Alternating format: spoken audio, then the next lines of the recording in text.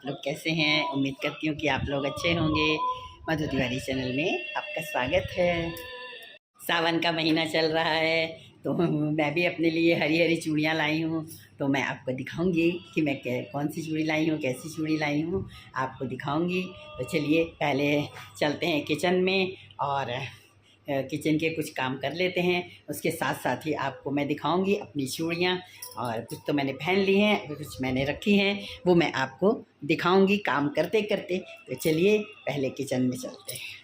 चलिए आज मैं कुंदरू की सब्ज़ी बना रही हूँ। तो कुंदरू जो है बहुत फ़ायदेमंद सब्ज़ी है, जो कि वज़न को कम रखती है, करती भी है और रखती भी है कंट्रोल में। और इसमें फ़ाइबर की मात्रा होती है, इसलिए लोग इसे नज़रअंदाज कर देते हैं कि कुंदरू कौन खाएगा करके, लेकिन ये बहुत ही फ़ायदेमंद और औषधीय गुणों से भरपूर सब्ज़ी है। तो चलिए हम बनाते हैं और आगे आगे और जो कुछ दो चार चीज़ें मुझे इसके बारे में पता है वो भी आपको मैं बताऊंगी। चलिए अब इसमें इसे सब्जी को चढ़ा देते हैं। अगर हम इसे अपनी डाइट में शामिल कर लेते हैं तो इससे हमें कई लाभ मिलते हैं। तो इसे इस मौसम में, बरसात में, गर्मी में बहुत अच्छे से मिलती है। और वैसे तो ये बारहमासी सब्जी है, ये साल भर मिलती है, परंतु इस मौसम में ये होती है बहुत ही नरम नरम केवरी कुंदरू रहते हैं। आगे के मौसम में ये जुड़ जाते हैं, तो कुछ लाल हो जाते हैं और कुछ हरे मिलते हैं। लेकिन ये जो हरी हरी है ना, हरे हरे रहते हैं, उस समय लो तो ठीक है। और ये बुढ़ापे को भी जल्दी आने नहीं देती है कुंदरू की सब्ज़ी। तो इसे अपनी डाइट में ज़रूर शामिल करें। कुंदरू जो है ये ब्लड शुगर को भी कंट्रोल में रखता है, नियंत्रण में रखता है। और इसमें कब्ज़ दूर करने के भी गुण पाए जाते हैं। कब्जियत को दूर करता है, आंतों की समस्याओं को सही करता है। तो इसे अपनी डाइट में ज़रूर शामिल करें। ये देखिए, ये मैंने कुछ पहनी हुई है चूड़ियाँ, हरी हरी चूड़ियाँ। और ये देखिए, ये मैं बहुत सारी चूड़ियाँ लाई थी और ये मैंने बीच में बदल के पहनूंगी, इसलिए देखिए इतनी सारी ये रखी हुई हैं हरी हरी चूड़ियाँ। आप भी ज़रूर पहनिए, सावन के महीने में अच्छा लगता है हरी हरी चूड़ियाँ पहनना, तो आप भी पहनिए ज़रूर। देखिए आधे पक गए हैं कुंदरू, तो अब इसमें हम डाल देते हैं आलू। उसी तरीके से काटे हुए हैं, तो ये आलू डाल देते हैं, दोनों साथ में पक जाएंगे। कुंदरू में तो मैंने नमक डाल दिया था, पर आलू में मैंने नहीं डाला है, जो कि मैं अब डाल देती हूँ। आलू तो मैंने डाले ही नहीं थे, तो क्या अब डाल रही हूँ। तो कुंदरू के लायक मैंने डाला था, तो अब इसमें आलू में मैं नमक डाल देती हूँ इसके साथ का, और इसे मिला देती हूँ और इसको दोनों को एक साथ पकने देती हूँ। ये दोनों एक साथ थोड़ा भुन जाए, पक जाए। तो मैं हरी चूड़ियों की बात कर रही थी ना, तो कहते हैं, मेरा भी सुना हुआ है, मुझे इस तरह मालूम नहीं है, परंतु मैंने सुना है कि जो सावन का महीना है उसमें तीज में माता पार्वती का दोबारा विवाह शिव जी से हुआ था। तो माता पार्वती जी जो हैं वो धरती पर आई हुई हैं, तो वो अपने मायके आई हुई हैं। तो अगर हमें उनका सानिध्य चाहिए, उनका संग चाहिए, उनकी टीम में हमें एंट्री चाहिए, तो हमें हरी हरी चूड़ियाँ पहननी चाहिए, गले में मंगलसूत्र पहनना चाहिए अगर शादीशुदा है तो, और अगर नहीं है, कुंवारे हैं, तो रुद्राक्ष की माला भी पहन सकते हैं।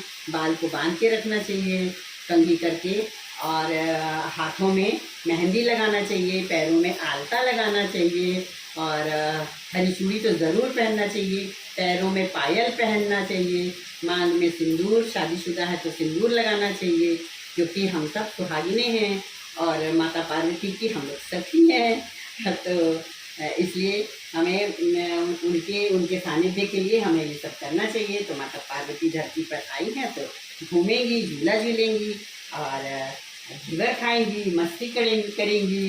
तो इस तरह से हमें भी अगर उनका सानिध्य चाहिए, उनका साथ चाहिए, उनका संग चाहिए, तो हमें यह सब चीज़ें करना चाहिए, ज़रूर करना चाहिए। और हरी चूड़ी तो हर हाल में पहनना चाहिए। और ये उनकी हरी हरी साड़ी भी पहनना चाहिए। ये उनकी यूनिफॉर्म है, हिसाब से देखा जाए तो ये सावन के महीने की यूनिफॉर्म है। तो इस तरह से हमें रंग बिरंगी चूड़ी भी पहन सकते हैं, लेकिन हरी ज़रूर पहनना चाहिए। तो इसका ये महत्व है, ऐसा कहते हैं, मैंने भी सुना है। तो मैं आपको बता रही हूँ इसके बारे में, थोड़ा बहुत जो मुझे मालूम है इसके बारे में मैं बता रही हूँ। तो चलिए अब आ जाते हैं फिर कुंदरू की सब्जी के ऊपर। अब अच्छे से भून गई है तो इसमें हम डाल देते हैं। आप लोग कैसे बनाते हैं? मैं तो इस तरह से दाल चावल के साथ भुजिया टाइप का बनाती हूँ। हल्दी, मिर्च, लाल मिर्च और गरम मसाला और रोज़मर्रा के जो मसाले हैं वही डालती हूँ, सूखे मसाले और ये धनिया पाउडर। बस यही डाल के इसको भुजिया जैसे बना देती हूँ। ये मसाले और भून देती हूँ थोड़े से साथ में, इसके बाद उतार दूँगी। तो इसी तरह से, क्योंकि अक्सर बनाती हूँ मैं इसकी सब्ज़ी, कुंदरू की सब्ज़ी, मुनगा की सब्ज़ी, ये सब मेरे बहुत मतलब अक्सर ही बनते रहते हैं। क्योंकि मुनगा जो होता है, सहजन जिसको बोलते हैं, वो बहुत ही फ़ायदेमंद है वो भी। इसलिए इस तरह की सब्ज़ियाँ हमारे यहाँ बहुत बनती हैं। और सूखे परवल आलू वो भी बहुत बनते हैं। तो इस तरह की सब्ज़ियाँ हमारे यहाँ बनती रहती हैं। तो ये देखिए अब हमारी कुंदरू की सब्ज़ी बन गई है। इसे हफ्ते में 2-3 बार भी अगर बना के खाएं तो इसके हेल्थ में बहुत सारे बेनिफिट्स हैं। तो इसे ज़रूर अपने खाने में शामिल करिएगा। इसका कोई साइड इफ़ेक्ट नहीं है। बहुत ही टेस्टी भी है ये सब्ज़ी और फ़ायदेमंद भी है, फैट भी कम करती है। इसलिए इसमें कैलोरी की मात्रा भी कम होती है। 18 कैलोरी मतलब ना के बराबर ही होती है। तो इसमें ये विटामिन वगैरह भी पाया जाता है, पोटेशियम, मैग्नीशियम की मात्रा भी होती है। इसलिए आप लोग भी ज़रूर बना कर खाएँ। तो चलिए अब हमारी सब्ज़ी बन गई है और इसे हम शिफ्ट कर देते हैं। और मेरे चैनल को आप लोग सब्सक्राइब कर दीजिएगा, जिन्होंने नहीं किया है कर दीजिएगा, और जिन्होंने किया है उनका बहुत बहुत धन्यवाद। और लाइक शेयर भी कर दीजिए। तो चलिए अब इसे मैं शिफ्ट करती हूँ और मिलते हैं थोड़ी देर में। सावन के महीने का फ़ायदा उठाते हुए भक्ति करते हैं शंकर जी की और उनकी पूजा करते हैं, शंकर जी और माता पार्वती की। तो मिलते हैं अगले व्लॉग में। Bye, take care.